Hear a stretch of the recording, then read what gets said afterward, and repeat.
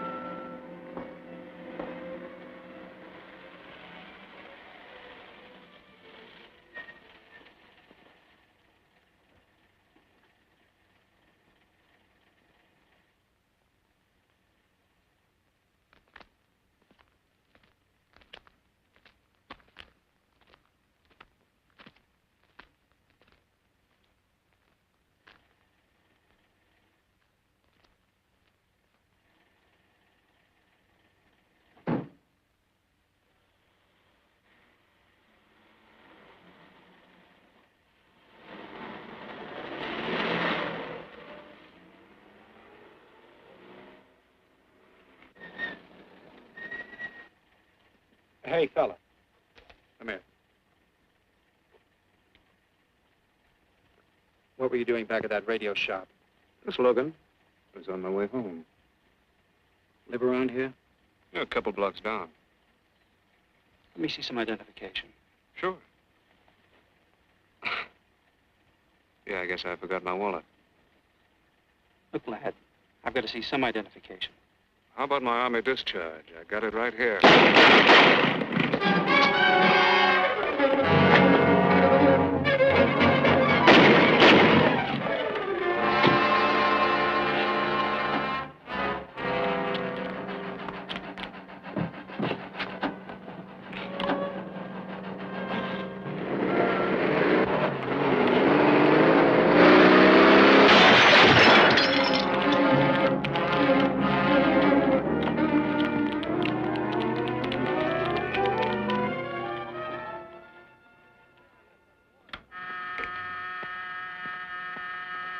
Police Department, Operator 27. I want to report the shooting of a policeman. Hold on, please. Give me that again, please. I'm calling to report the shooting of a policeman. What's the address? 5057 State Street, just west of Santa Monica. Just a minute. Receiving hospital. Operator 2. Operator 27, 5057 State Street, 5057 State Street. An officer has been shot. Send an ambulance. All units in the vicinity of State Street and Santa Monica Boulevard. Proceed at once to 5057 State Street, 5057 State Street. An officer shot. Code 3.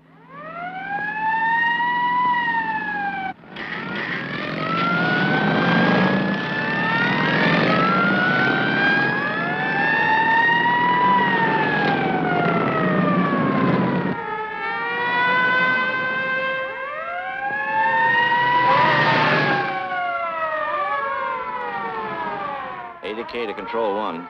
Control 1 to 80K. Go ahead. This is Breen. Instruct homicide to throw out a dragnet and pick up all suspicious characters in the area of the shooting. Also notify Sergeants Marty Brennan and Chuck Jones to report to me at the scene of the crime. Control 1 to 80K. Roger.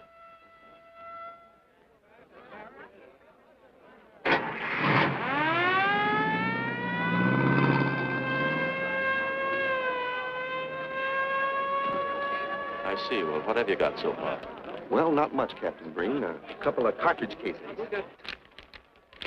Oh, Marty, Chuck. Hi, Cap. Eyewitnesses?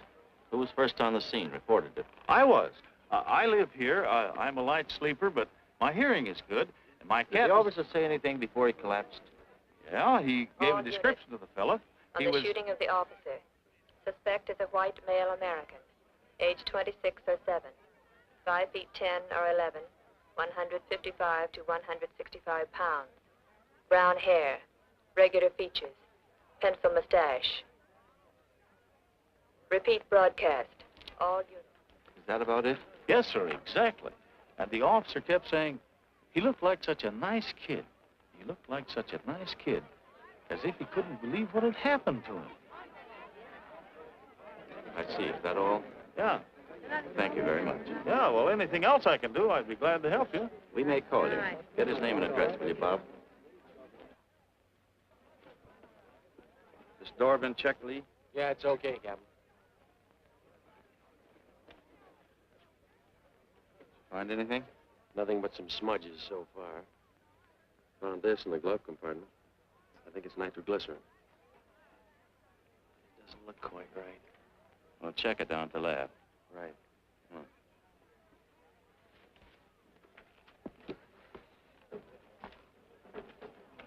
Open this up, Joe. No key, Captain. Try it open. Give me that bar, Frank.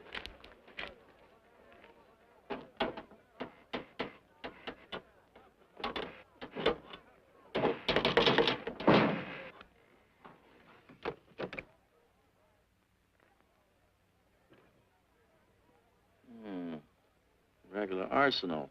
Yeah, get a load of that. What is it? I don't know. It looks like some kind of an electrical device. United States Navy.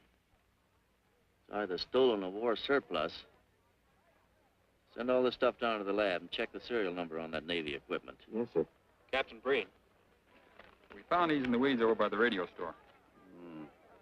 What do you got? A pair of cloth gloves, Captain. Well, he thought of everything, didn't he? All right, give him to one of the technicians. Yes, sir. Marty, you and Chuck come along with me. Let's go downtown and see what they picked up in the dragnet. Right.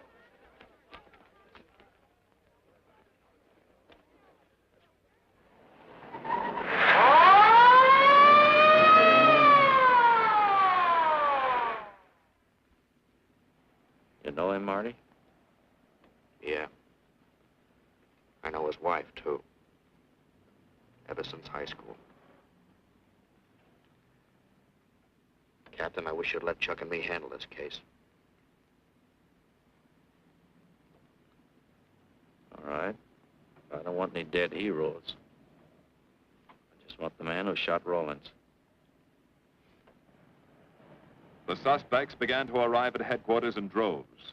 The police tossed every motel and hotel and many private homes in a 4-square-mile area around the scene of the shooting. Every available radio car and patrolman and detective was out on the dragnet. The strings were being drawn tighter and tighter. Many a man returning from a date or a late party or a poker game surprisingly found himself in a squad car, its siren screaming as it brought him to the detective bureau. The dragnet gathered in some strange fish, and many ordinary ones. All the rest of that night, the detectives probed, needled, questioned, quizzed. Everything was checked. Fingerprints, names, addresses, stories. Every fish in the net was examined. Most of them thrown back into the sea, not worth keeping. Except a few parole violators and slightly shady characters whose stories needed a lot of verifying. I wasn't prowling no cards. Just taking a walk, you know, getting in condition. You were running when the radio car picked you up. Yeah? Maybe that's why the guys call me Punchy. He's got a point there. 2 felony convictions, no want, no warrant. He's on parole. Book him, violation of parole. Let's have the next one, Joe. What were you doing in that vacant lot? The vacant lot. Lot? What were you doing in it at that time of night? Niệm của mình cũng cho lo ngồi ấy xì hữu nội là ngồi ấy 30 cái nền bị luật dưới lại của ngồi sinh thành nhé ngồi thành ca giờ ngồi từ lừa đầu ra sang gì. You say your name is Ralph Henderson. So what? Well, you know, it's a funny thing, Ralph. There's a guy around this town that's been wearing your fingerprints. Only his name is Pete Hannon. Okay. So I'm dead. So what's one more confession in my life? Now you're talking, Hammond. Okay, Andy. Hello, Harry. What have we got here? Oh, some robbery suspects. Candidates for San Quentin. Handsome here is the big shot. He runs the outfit. Have a gander at his record. Car theft, escape from reform school, robbery, assault with a deadly weapon. Not bad. Look at the heater we found on him. German Luger, fully loaded. Redhead here tried to carve up one of the arresting officers with this pretty toy. Nice boys. By dawn, many minor wrongdoings had been uncovered, and a few incipient felonies. The checking of the suspects had been thorough, painstaking, and tedious. But all the work was for nothing. The man who had shot Officer Rollins was not among them. He remained no more than a description, a shadow of a man, mysterious, elusive, deadly, hidden away somewhere in the vast city. As for Rollins himself, he couldn't help. He was in a coma at receiving hospital. Mrs. Rollins waited out the long, tense hours while her husband fought to live. Many another officer's wife had so waited. Many another will. The word came shortly after sunup.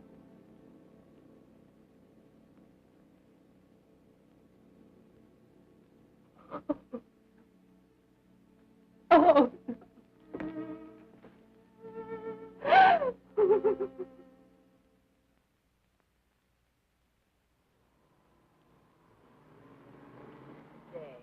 A white male American, 26 or 7, 5 feet 10 or 11, 155 to 165 pounds, brown hair, regular features, pencil mustache.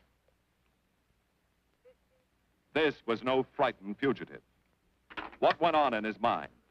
Why had he set his hand against his fellow men, taken the life of another, of a stranger, of a man who was merely doing his duty?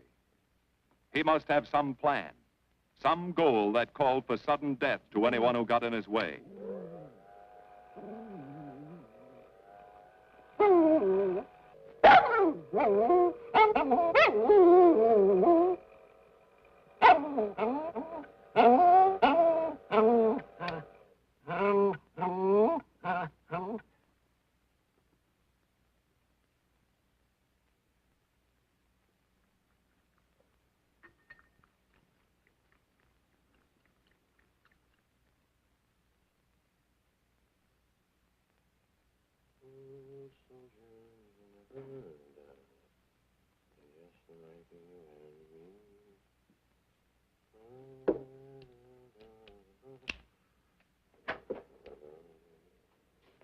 Good morning, boys. Morning, Lee. Hi, Professor.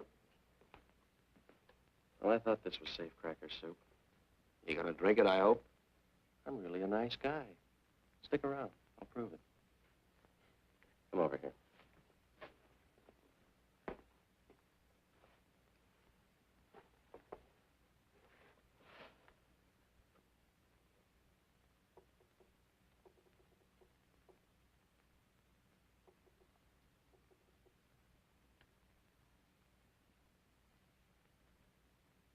Hold this for me, will you, Chuck? Thank you. Now, if you'll hand me that hammer, Marty. Thank you.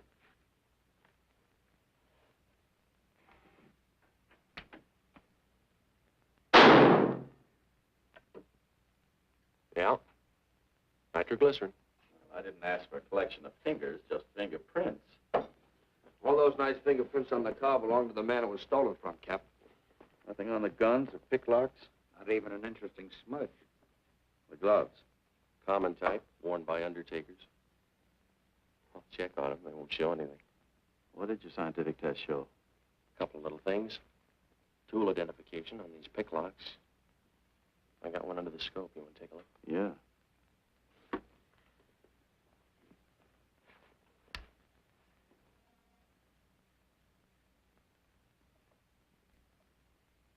Take a look. I see. Well, that seems to tie the tool up with the lock. Now, if that microscope could only tell us who did it. I'm working on that.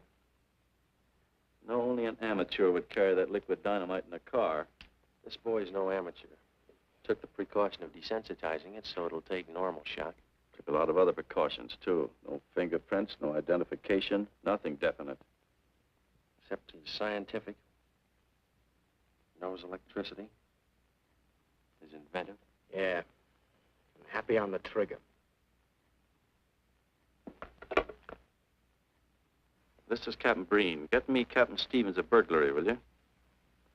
I hate to disappoint you, Lee, but I think you've come up with something.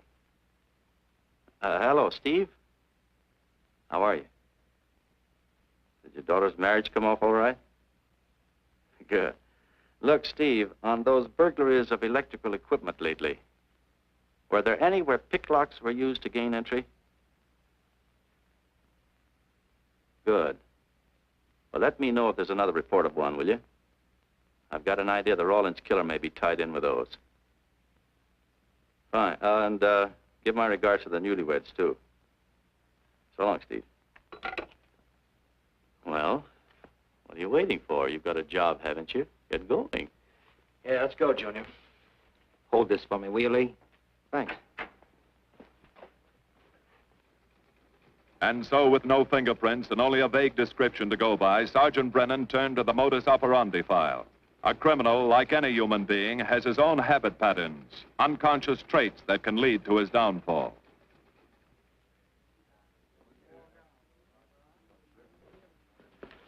Well, there you are, Junior. List of burglars who use picklocks for entry. Oh, great. This narrows it down to just a couple of hundred suspects in this area. Give me a match, will you?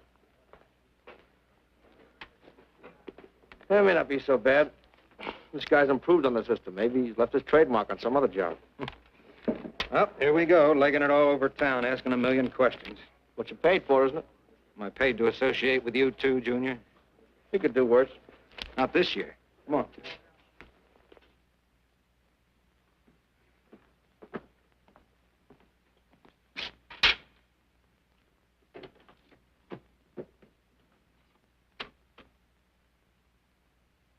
Car 12, car 12, in the 10,000 block on Mississippi.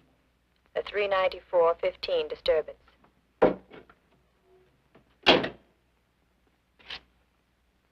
Car 80K, code 1.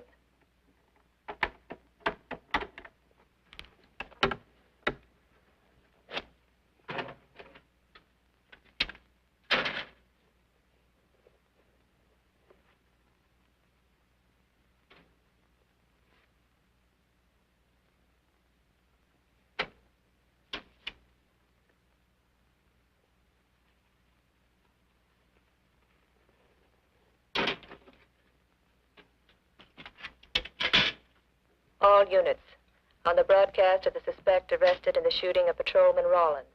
Cancel the cancellation. Suspect released from custody.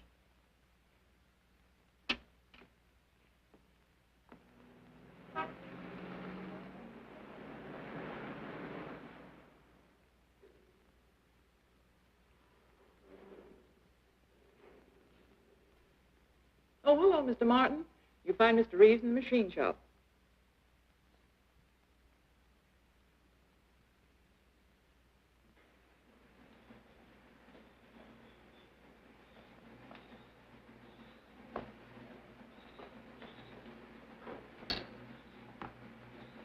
Hello, Roy. Glad to see you. How are you, Mr. Reeves? Hi. I was hoping you'd drop in. I wanted to thank you for showing us how to handle that repair job. Helped a lot.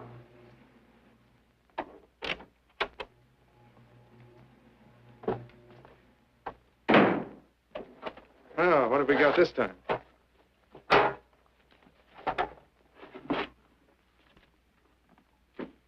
Silograph.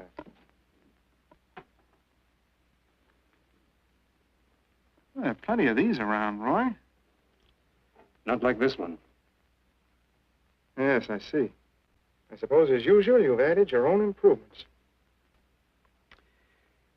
You know, it seems wrong that a man of your talent should bother consigning equipment for rental.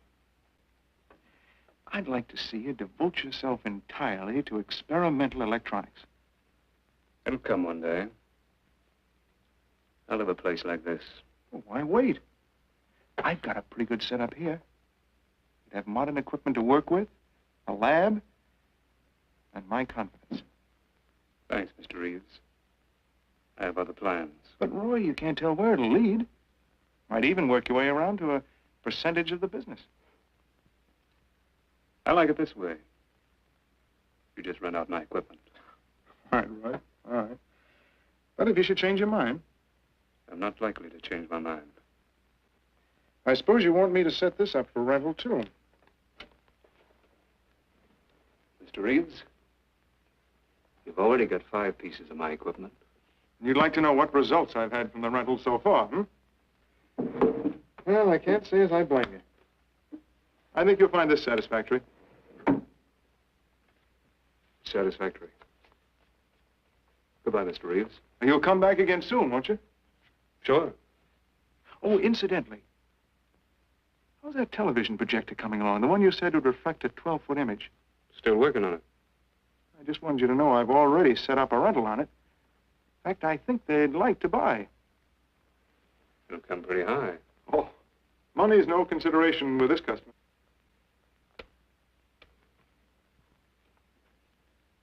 Tell him he can pick it up tomorrow. I thought you said it wasn't finished yet. It'll be finished.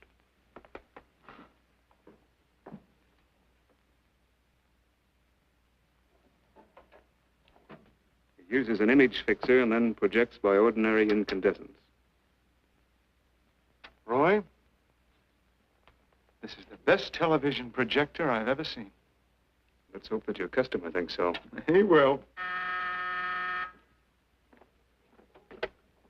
Yes? Send him right in, Charlotte.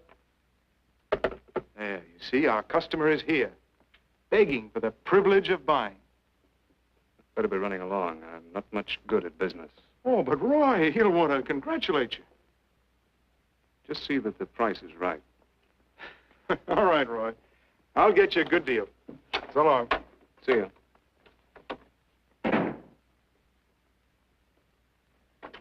Well, Mr. Dunning, come in.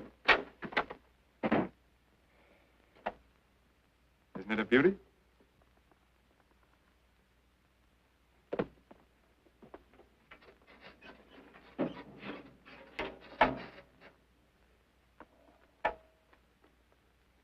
It's a beauty, all right. You like it? I certainly do like it. You see, it's mine. What do you mean? Let me have the police. I built it. Spent years on it. Oh, you must be crazy. Roy built this machine himself. Your friend's a crook, Paul. You've been taken in. Hello? Give me the burglary detail. Dear Jim, regarding your inquiry on a .38 caliber Smith & Wesson revolver, serial... Oh, come in, boys. Burglary detail just sent this report through. It's a man named Dunning reports tracing a stolen television projector to the Reeves Electronics Lab. Think it's a tie with the Rawlins case? Well, take a look at this fellow Reeves and see what gives. I'll notify burglary we're following up on it. Right. Come on, Junior. What else did he place with you for rental? Oh, a number of things. All war surplus that he bought on his veterans rating. Oh, is this more of his equipment? Yes. Yes, he left it here on consignment. I'm sure that Roy can explain everything. Well, maybe he can, Mr. Reeves, if you'll tell us where he lives. But I don't know. Mr. Martin's on the phone, sir. I'd better talk to him. I think so, Mr. Reeves. I'll take it in the superintendent's office.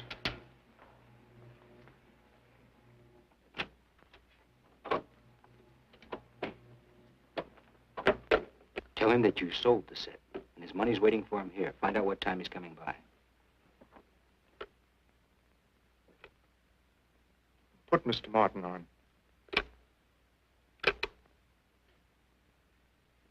Hello, Roy?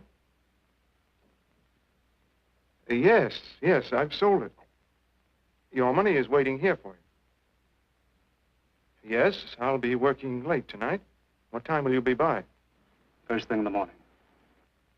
Well, maybe you better come in tonight, Roy. A couple of things I want cleared up. Like what? Oh, technical things. Besides, I don't like to leave the money in the plant overnight. How about 8:30? Fine. I'll see you then. I'll leave the front door unlocked.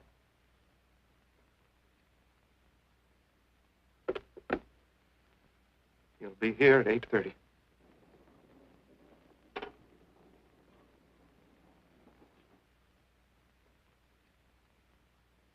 Well, I'll just run along home and get some dinner. We'd like you to stay too, Mr. Reeves. Why? For company. You want to cooperate, don't you, Mr. Reeves? Certainly. Good. Now, you just wait in your office. We'll be around. Very well. This way, gentlemen.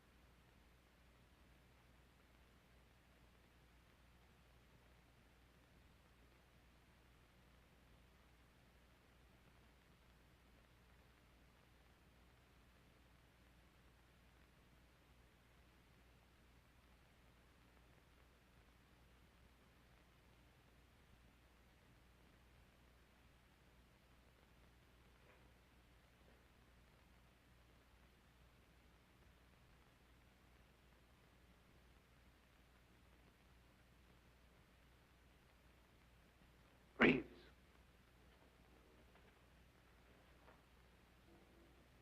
That you, Roy?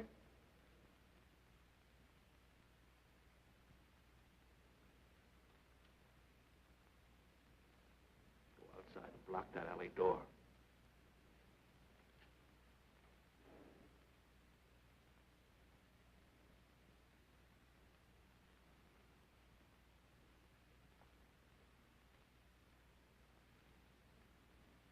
Where are you, Roy?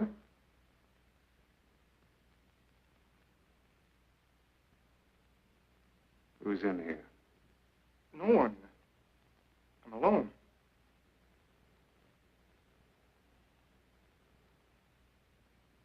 Come on in. I've got your money for you.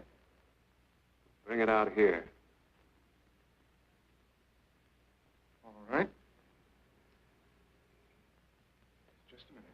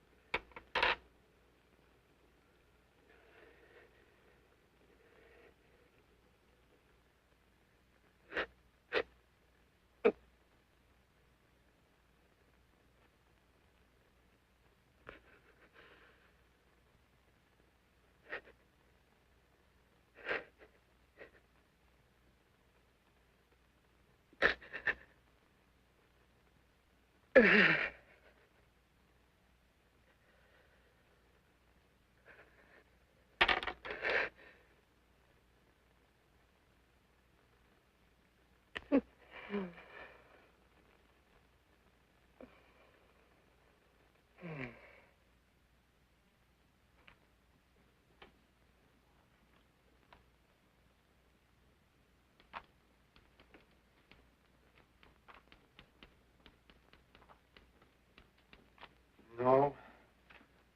None of them even looks like Roy Martin.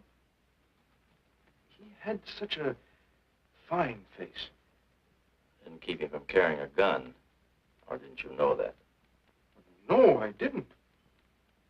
I told you all I know, all he ever told me. What about his friends? Didn't he have a girl? No, I don't think so. He had no interest in anything but electronics. Where'd he pick up the subject? Books, magazines. Mostly from the Signal Corps. He was attached to a radar unit. Get a teletype off to the War Department. That might help. Yes? Ready on your call to receiving hospital, Captain Breen. Hello, this is Captain Breen. What is the latest report on Sergeant Jones?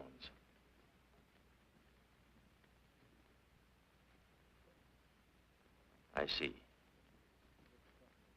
Well, let me know if there's any change, will you? Thanks.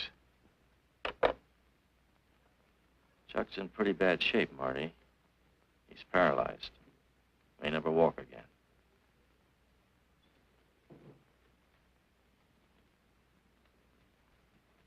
Oh, I'm sorry. It's funny that Martin showed up at 7 when he told you he wouldn't be there till 8:30. I don't know why. Except he was always unpredictable. I'll tell you why. Because you warned him. That's why he came early. That's why he came in the back way. But you heard me tell him the front door would be open. And the key didn't let him in the back way? He must have had one made. Why don't you tell us the truth? Marty.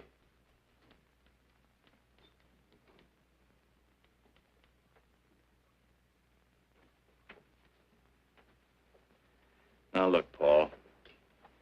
You can make it a lot easier for us to believe your story if you'll just give us some facts. Something that might help us. I told you all I know. I've been gullible, all right, letting him make a fool of me. But I'd do anything to make up for what he did to Detective Jones. Sure you would. You can go now. Oh, thanks. Thanks. My friends, they can vouch for my character. That's good. We'll call you if we need you. Thank you very much. I think he's telling the truth, Marty. I think he's just gullible, like he said. What about the stolen stuff he was trying to peddle for Martin? We'll use it for bait. Maybe Martin will come back for it. Then we can ask him. Here. Nevertheless, I want a 24-hour tail put on Reeves, and I want a watch on his home and his factory. Right. You can keep those. Okay, Captain.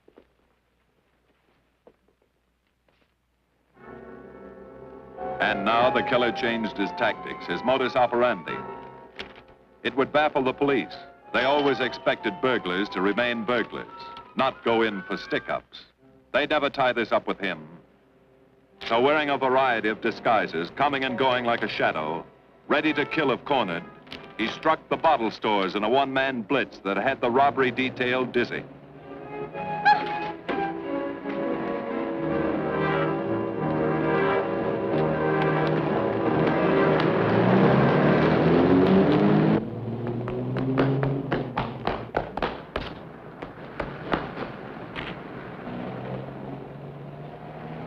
The killer, always resourceful, always thinking along lines that would baffle his hunters, had discovered an ideal avenue of escape. Under Los Angeles is a vast and intricate system of huge storm drains built to siphon off the flash floods of the rainy season. Many of the tunnels are large enough for 2 cars to drive abreast. Here were 700 miles of hidden highways, ideal for the use of someone who needed to hurry from place to place without being seen. Ideal as a hiding place for guns and supplies in case of emergency. What is it, Lee? Well, the reason I asked you to come over is I think I've hit on something. An identification? No, not quite, but a tie-up. Now, These are the shells from the gun that killed Rawlins. These were fired in the liquor store holdup in which the bandit got away. And these were fired at Chuck. Now, as you know, every ejector, even in guns of the same model and caliber, is different. Each one leaves its own markings on the cartridge casing. Now, look at these fine striations. This deep gouge. The same on all three. In other words, the man who killed Rawlins and the man who shot at Jones and Brennan, the stick-up who's blitzing the liquor stores are all the same man. Right. All we need to know is what that man looks like. Get me Chandler in robbery, will you? I've got an idea about that. Also, it'll give us a chance to see if Reeves is on the level with us. Steve, Breen, about those blitz holdups you're on. Round up all the victims and have them down here tonight, will you? Oh, it's just a little scheme. Thanks, Steve. That's good. Now sketch another one of the same type, only this time thin it out a little, huh? All right. Hi, Lee. How's it coming? Be ready for tonight? We'll be ready. Think it'll work? It should. When'd you get the idea? From a kidnapping case in Chicago. But I thought these slides might be an improvement over the method they used. Could be. Captain thinks so. Good evening, ladies and gentlemen. May I have your attention for a moment, please? You've all been asked to sit in on a little experiment tonight. We're going to try to build a picture of a face. A face of a man who's cunning, resourceful, and deadly. He's a man who killed a police officer. Now, some of you he held up at the point of a gun. You may have seen his face, remembered something about it. And we want you to tell us exactly what you remembered. Whether it's his hair, eyes, nose, or mouth. And we're going to try to put those pieces together so that they add up into a picture of the face of the man we want. Now, you can see how we're depending on you. Lights? Now, first, we're going to concentrate on the type of hair our man had. And if the picture looks anything like his hair, I want you to speak right up. All right, the first slide, Lee.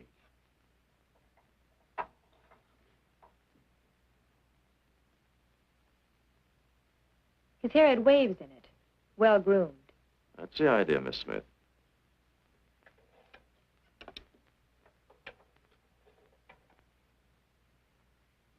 Is that any closer?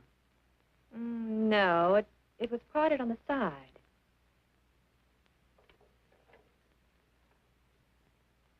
Oh, that's more like it, except it was thicker.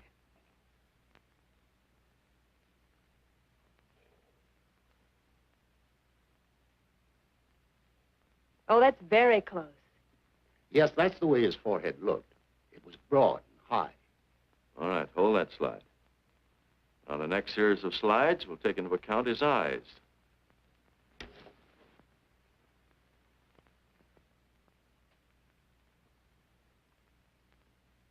Oh, 1 minute, please. Wait, 1 minute. His eyes were a little like that. Maybe a little smaller, like beads. Go on, Lee.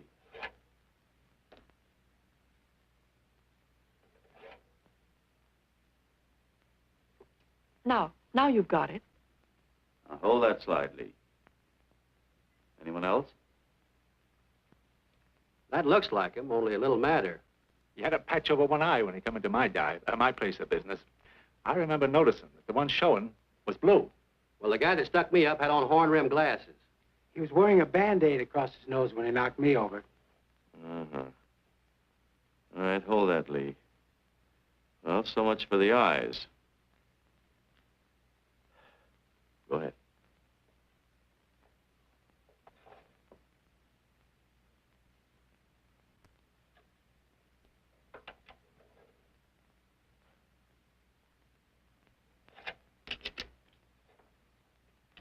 Señor Capitán. Yes, Miss Montalvo? Ay, ¿cómo se dice en inglés? A sus órdenes, señorita. Ah, qué bien.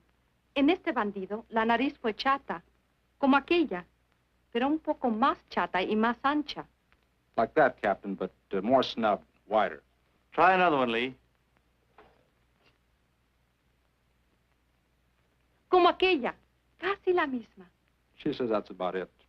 Thank you very much, Miss Montalvo. Get Reeves. Any more comments? That's pretty close, all right. Pretty close. Perfect. All right, now we'll start on the mouth and chin. The next series, Lee. I think his lower lip stuck out more. The mouth was thin and mean, like it never laughed. Go ahead. Something like that, but thicker lips. There. That's it. That's him. All right, now hold that right there, Lee. Oh, come in, Mr. Reeves. Good evening, Captain. Did you ever see that face before? Why, it's Roy. Except for the hair being a little lighter and the eyebrows heavier. It's Roy. You're sure? I'm positive I'd know him anywhere. Lee, I want a retouched photograph. Now lighten the hair and give more body to the eyebrows. Right. Lights. That's all. Thank you very much. You've been a great help. It's positively amazing how you found out what he looks like. Well, we're looking for an amazing criminal, Mrs. Johnson. Thank you and good night. Good night, Captain. And so the face of the unknown killer, built up from fragments of evidence, was sent out all over the country.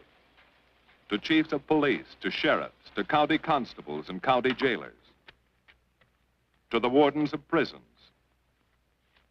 to all postmasters and postal inspectors,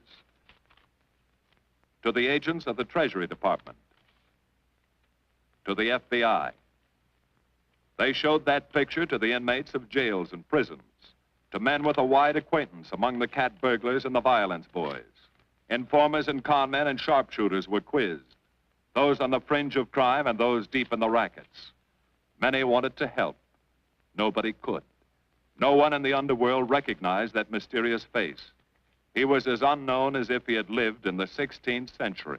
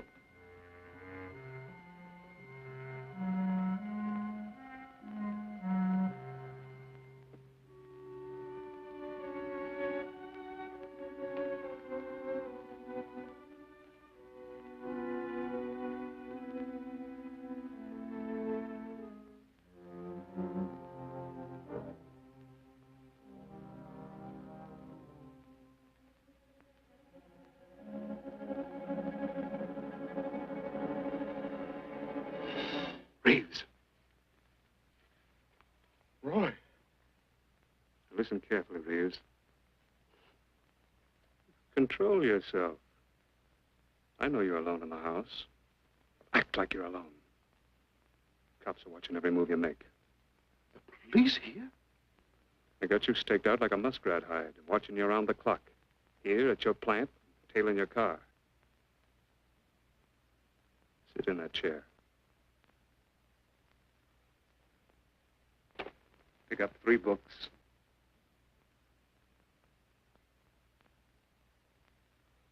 Don't look up and don't answer me. All right. But glance at the books.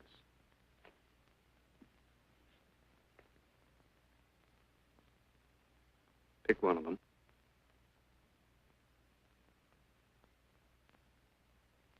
Okay. Now, that's the book you want to read before you go to bed. Now, get up and turn off the lamp.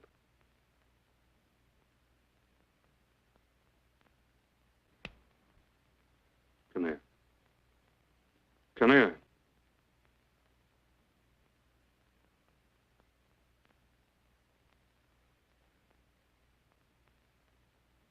Go in the den.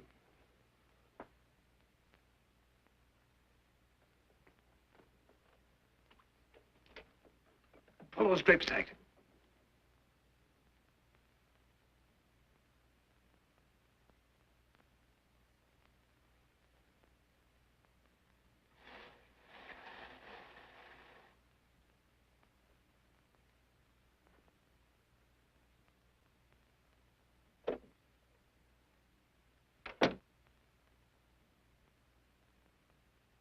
Now get away from him.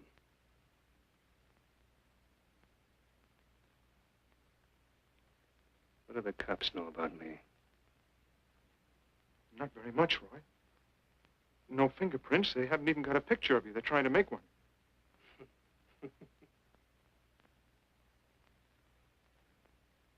How much cash you got in the house? None. I never keep any cash in the house. It isn't good business. I suppose you think it was good business letting me walk into that trap. No, Roy, no. Don't do anything you'll regret. Now, listen to me. It isn't too late. Give yourself up. Come to your senses before you kill someone else.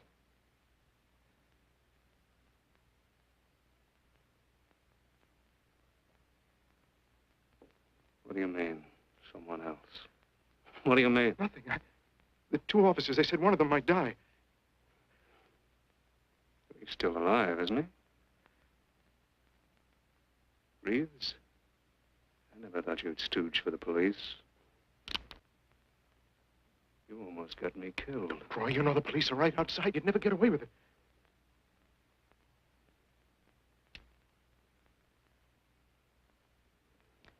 That's right. Now you're being sensible.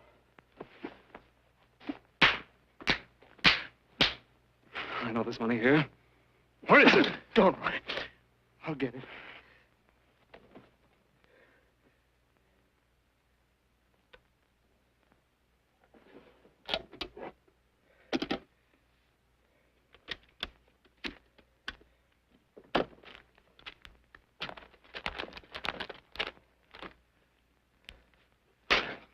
It's not enough.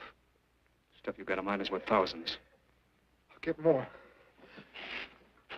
Get it. Keep it handy. I'll be back next week, next month. But get it and have it ready. Just give me time.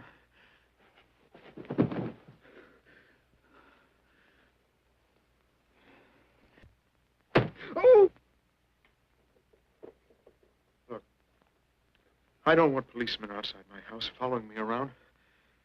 That's what made Roy suspicious. I'm leaving in the morning. I'm afraid I'll have to disappoint you, Paul. Unfortunately, you're our bait. I won't do it. I've done enough. Look, no one's done enough until we find this killer. I asked you to keep a sharp lookout on this house, Marty. I did.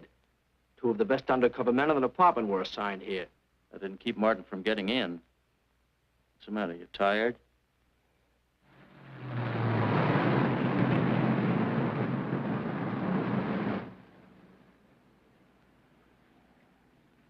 You got any idea how long you've been on this case, Marty? Months. Long enough to have come up with something by this time. You know any more about the Rawlins killer than you knew the first week? Yeah. He's about the toughest nut I've ever had to crack. That's what I told the chief when he called me in this afternoon, wanted to know why the case hadn't been broken. Look, Captain. Rawlins was a friend of mine. So's Chuck. I've got a bigger stake in this than the chief knows. I'm doing everything I can. I'm afraid it's not enough, Marty. Maybe you're too close to it to see it clearly. Maybe it needs a fresh team, a new viewpoint. I think you better take a couple of weeks off, Marty. Starting tomorrow. Anything you say, Captain.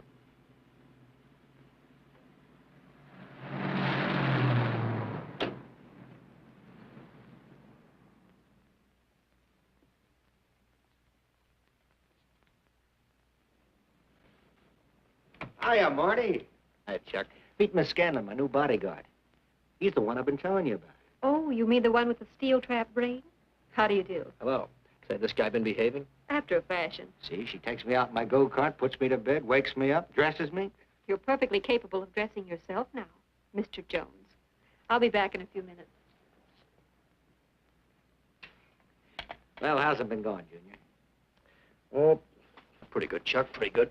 Is that why you're off the case? How'd you know? Breen was in to see me this morning. Oh. Suppose he also told you they put a new team on the case. He told me everything. Yeah. Let's see what his new boys dig up. Well, maybe they'll examine the facts of the case a little more carefully. What facts? That our man's sharp? That he's intelligent and works alone? That he has no record, never leaves a fingerprint and knows every move we make? Sure, plenty of facts, only they add up to nothing. Sure, forget it. You got yourself a 10-day vacation. Go on down to the beach, get a suntan. By the time you get back, the case will be broken. Isn't that what you want?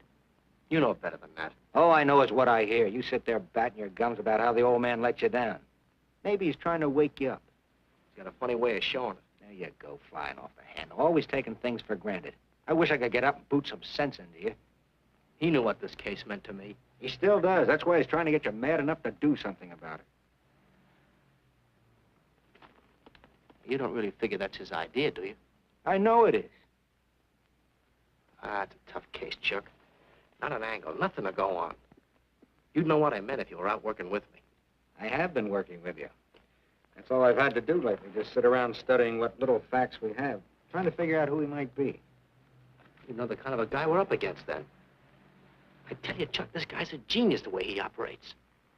As if he were right there with us every time we go out after a lead. Oh, sure. Breen's been tipping him off just to make you look bad. Yeah, almost like that. Boy, he beats us to the punch every time. There's your angle. You just hit it on the head, but you don't see it. Look, start adding. 1, he's unknown to the underworld. 2, he beats you to the punch, right? And 3, it's almost as if he were with you. Isn't that what you said?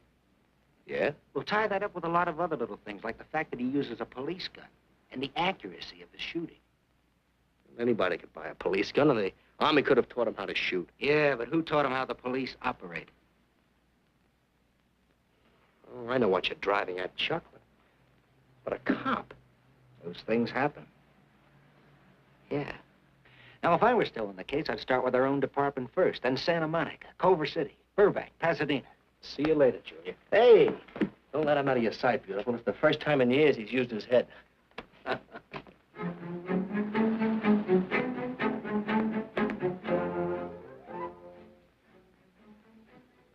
you get a print of every mug we take. We always send L.A. a copy, Sergeant. It's personnel photos I want. You mean of our boys? That's Roland's killer, isn't it? That's right. You've checked your own department. We did that first.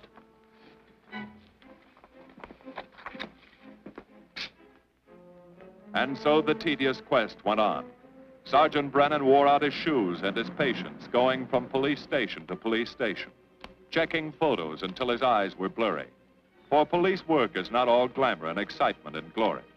There are days and days of routine, of tedious probing, of tireless searching, fruitless days, days when nothing goes right, when it seems as if no one could ever think his way through the maze of baffling trails a criminal leaves. But the answer to that is persistence, and the hope that sooner or later something will turn up, some tiny lead that can grow into a warm trail and point to the cracking of a tough case.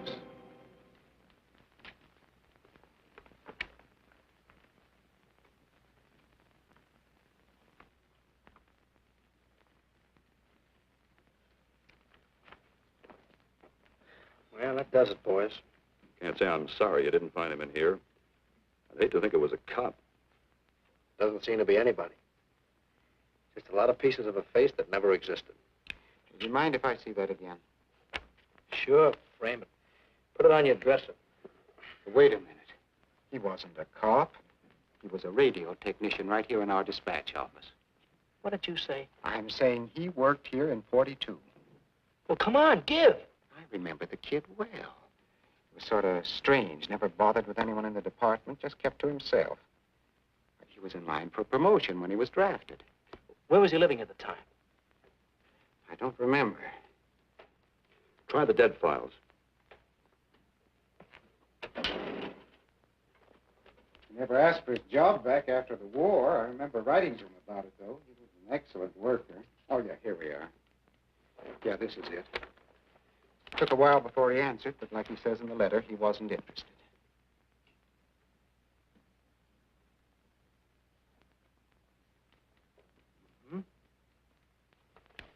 Postmarked Hollywood. No return address. What do you want us to do? All the work? Oh, thanks a lot, Freddie. You remember, he was a civilian employee.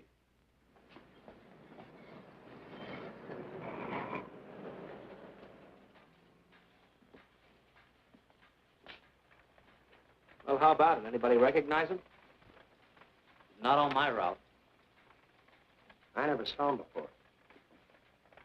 Yeah, okay, fellas. Thanks very much. I thought for a minute...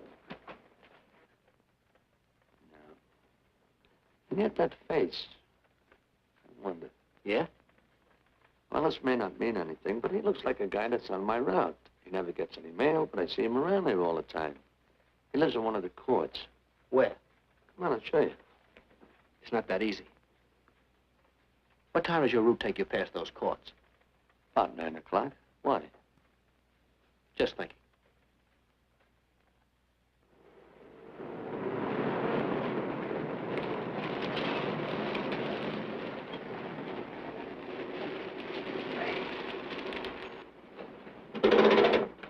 You got any chocolate milk? Sure have, buddy. Yeah. Thanks. Which apartment? Straight on back. Second in the yell. Number 7. Right. Kind of warm today, huh? Oh, it's not too bad for this time of the year.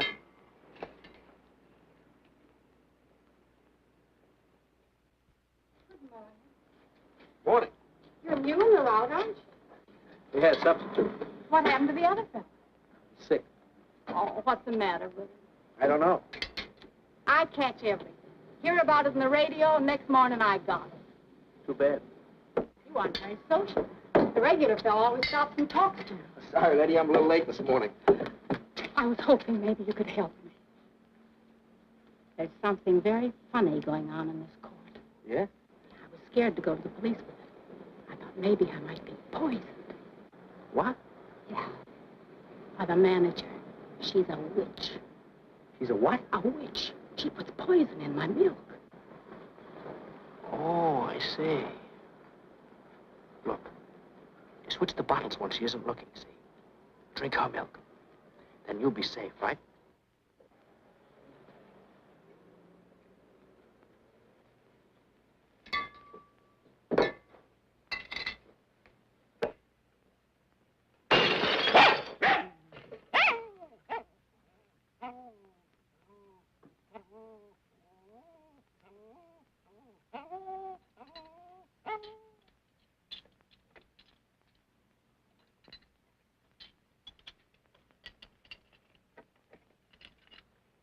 Why, I had a little accident.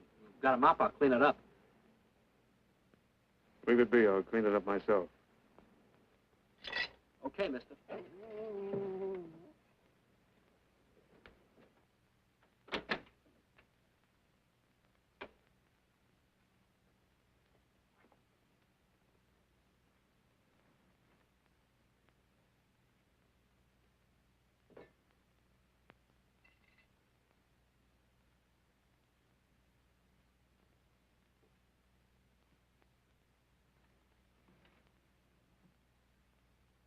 The place is called Bellevue Court. I drew this from memory, but it's pretty close. That's where he's hiding out, right there. You sure he's our man, Marty? Captain, I couldn't go wrong on that face. He's our man.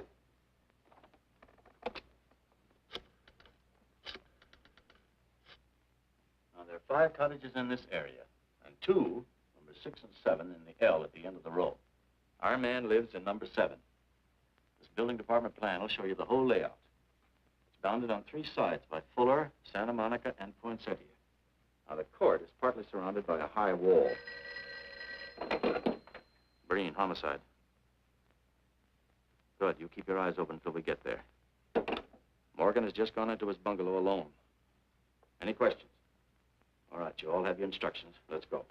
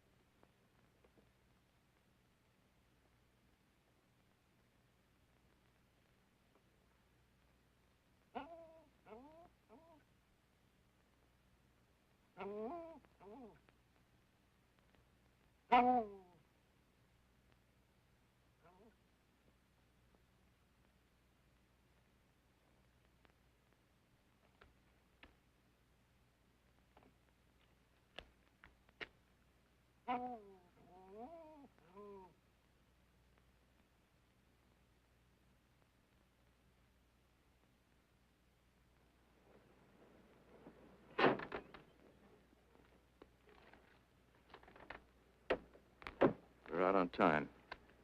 Wait 5 minutes. Go around and block the side entrance. Keep your lights off.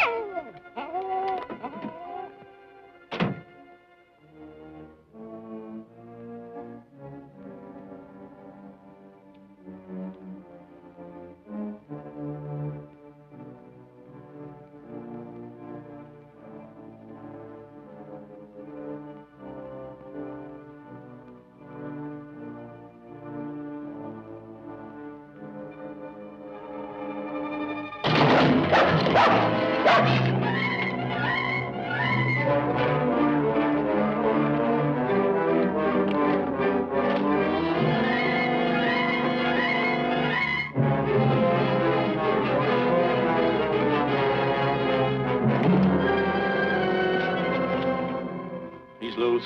I want a radio car in a hurry.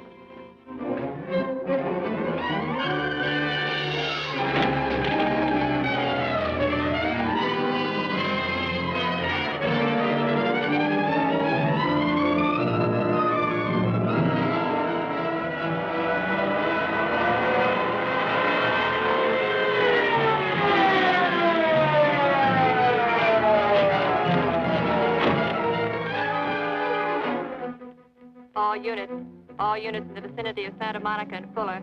The murder suspect in the Rawlins killing is at large.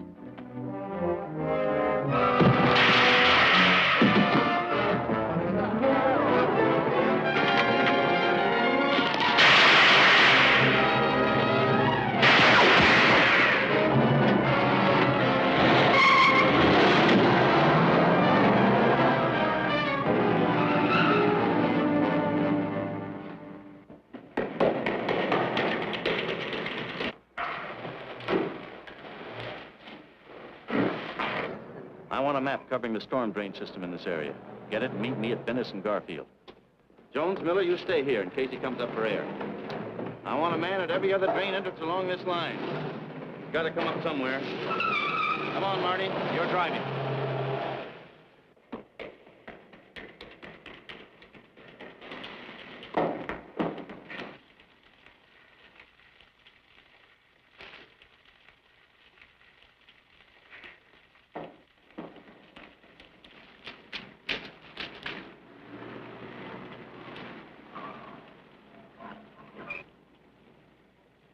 Keep this drain covered. It's liable to pop out anywhere.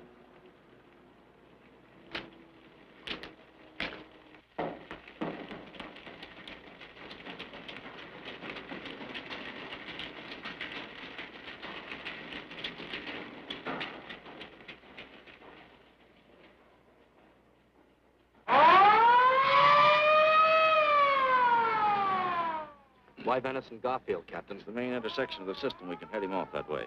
ADK to Control 1. Clear frequency 7. This is an emergency.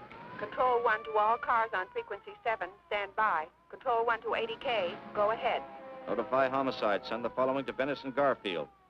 4 squads, battle lanterns, gas mask, tear gas. Urgent. This is a code 3. Control 1 to 80K. Roger.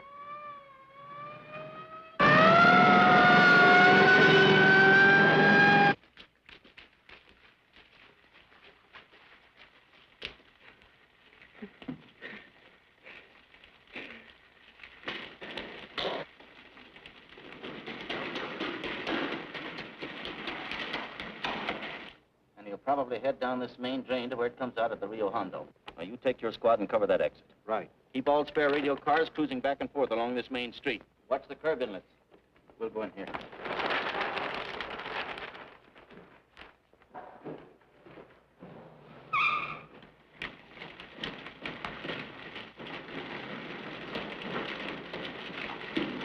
Any sign of him? No. And we've searched every foot between here and the Rio Hondo outlet. Then he must be up ahead.